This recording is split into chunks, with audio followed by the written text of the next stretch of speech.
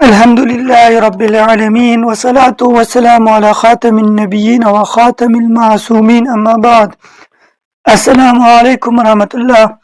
آج ہم ایک انتہائی اہم اور تعجب خیز بات پر روشنی ڈالیں گے۔ علم حاصل کرنا ہر مسلمان پر فرض ہے۔ یہ الفاظ کسی عام قول سے نہیں بلکہ خود رسول اکرم صلی اللہ علیہ وسلم کے مقدس حدیث سے ہے۔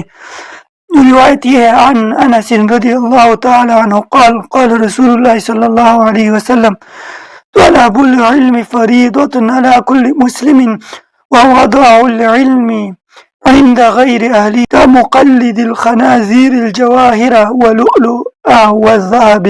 ترجمہ: حضرت انس رضی اللہ تعالیٰ عنہ سے روایت ہے کہ رسول کریم صلی اللہ علیہ وسلم نے فرمایا، علم حاصل کرنا ہر مسلمان پر فرض ہے، اور علم کو غیر اہل کے ہاتھ میں رکھنا ایسے ہے جیسے موتی اور جواہرات اور سونے کو خنزیر کے حوالے کرنا۔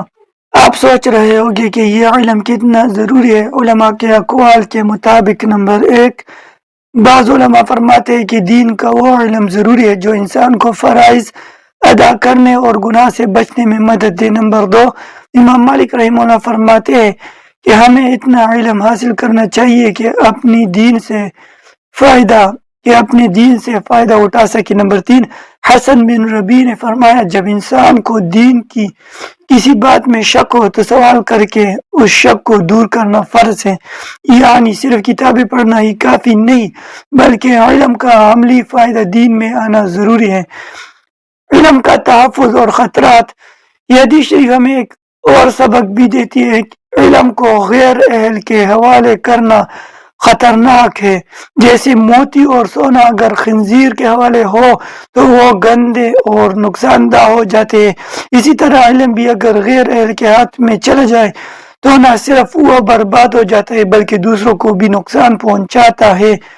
بس ہمیں چاہیے کہ دین کا علم حاصل کرے اور اسے سمجھے، جو کچھ سیکھے اسے عمل میں لائے، دوسروں کے ساتھ صحیح رہنمائی کے لیے بانٹے، لیکن غیر اہل کے ہاتھ میں اس کی قدر اور وقت کو خطرے میں نہ ڈالیں، یعنی کسی غیر اہل کو یہ علم نہ دے، کسی کو یہ نہ سکھائے۔ یہی وہ راز ہے کہ علم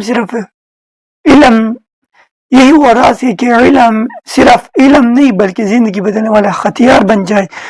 آج سے اپنا عہد کرے، میں علم حاصل کروں گا، اس پر عمل کروں گا اور اسے صحیح طریقے سے دوسروں تک پہنچاؤں گا۔ یاد رکھیے، علم ہی روشنی ہے اور روشنی ہی اندھیروں کو ختم کرتی ہے۔ اللہ جل جلالہ ہمیں اس پر عمل کرنے اور دوسروں تک پہنچانے کی توفیق عطا فرمائے، آمین یا رب العالمین۔